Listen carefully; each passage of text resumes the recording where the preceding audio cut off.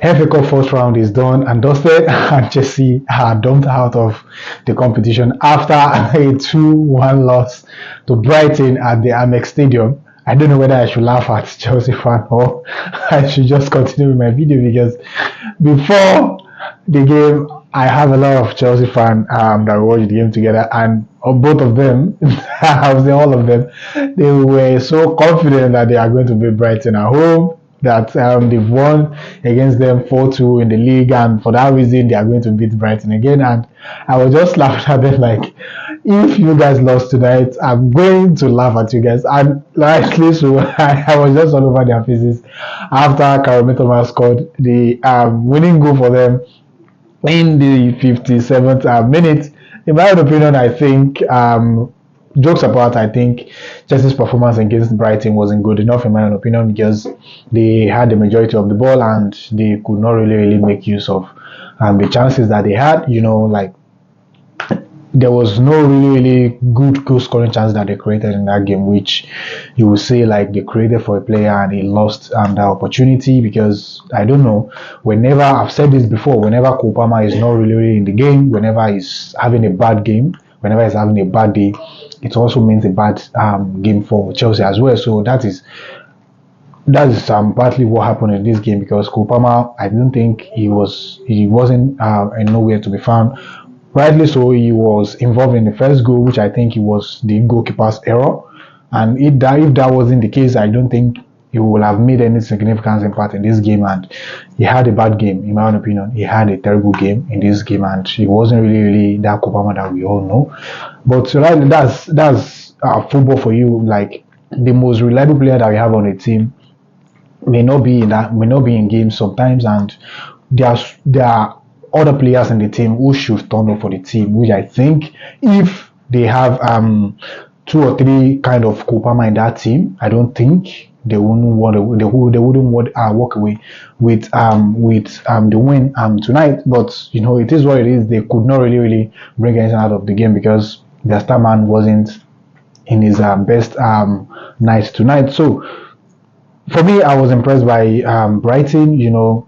They stay disciplined whenever they lost the ball. You see all of them fall behind the ball, and that really limited Chelsea chances creation.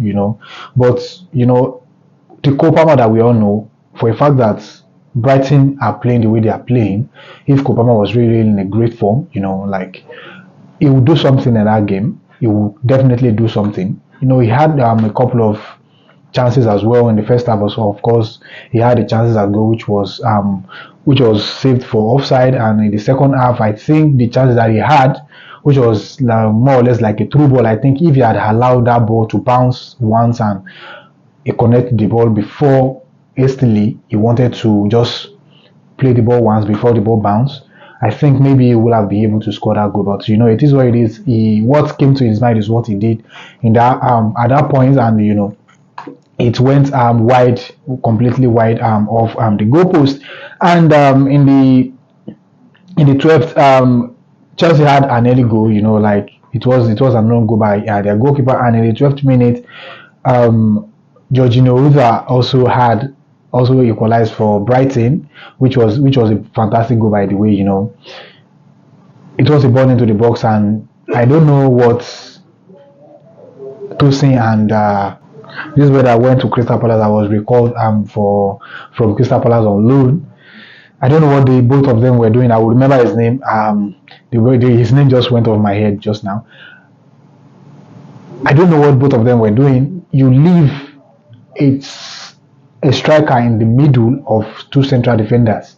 That shouldn't be like that. There should be someone that is tight on him. You shouldn't leave him free like that. So they make that terrible mistake, and he took the advantage and he scored an equalizing goal for Brighton in the 12th minute. And in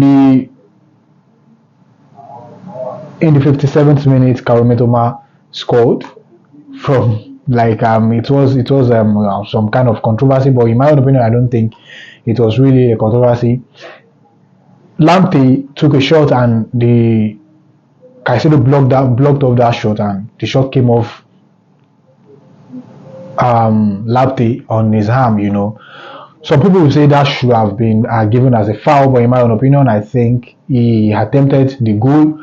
He was going down before the ball came back to his hand, not like he was standing and the ball just came and hit his arm. You understand? So I don't think that should have given a foul. And I think the referee made the right call in that regard. And the ball fell into the path of Brighton player, and they put Mitoma into good goal scoring position, which I think he did brilliantly well to give Brighton the winning goal of the game. And in my own opinion, I think Caicedo really impressed me tonight. If I'm to look at a good performance from Chelsea's point of view, I think I'll give it to Caicedo because he was all over the place in the midfield.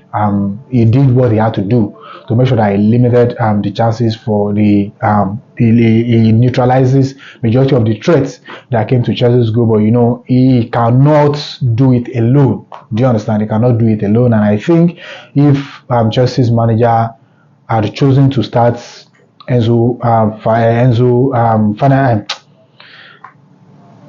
Enzo in that game ahead of Kenan Hall, I think maybe the game would have taken a different turn for Chelsea, but it is what it is. When Enzo even came on, he could not really give them that spark that they need in the middle of the park. So I think many things were wrong for Chelsea tonight because their midfield wasn't good enough. They were nowhere to be found. And the only person in that midfield that actually did what they had to do to help the team was Moses Caicedo, which I've said earlier. His performance in that game was really outstanding, in my own opinion. And I think he did well in that game. So if Caicedo wasn't in their midfield, it could have been a terrible outing for Chelsea. That is what I think. That's my own opinion, though you can drop your thoughts in the comment section. Let me know what you think about that. But these are the things that I observed from the game, and I've said it earlier. If Cole Palmer doesn't really play well in a game for Chelsea, it means bad game for Chelsea, and I think that is what Enzo Maresca should be looking to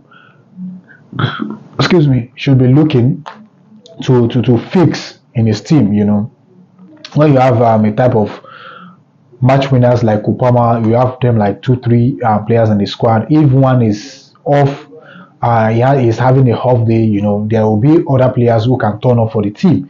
So I think the manager will just try as much as well to look at how he can navigate this difficulty, and I think that is late now because the window is short, obviously, and the only thing left now for them is next summer. So let's just wait and see what will happen. These are just the things I observed from the game. If you have a contrary opinion, you can drop your thoughts in the comment section. Let me know what you think, and let me know what you observe from the game as well. Thank you very much. If you are actually coming across this for the very first time, please do like and subscribe. And if you are already, please click the smiley button and drop your thoughts in the comment section. Thank you very much, and I will see you in another episode. And bye for now.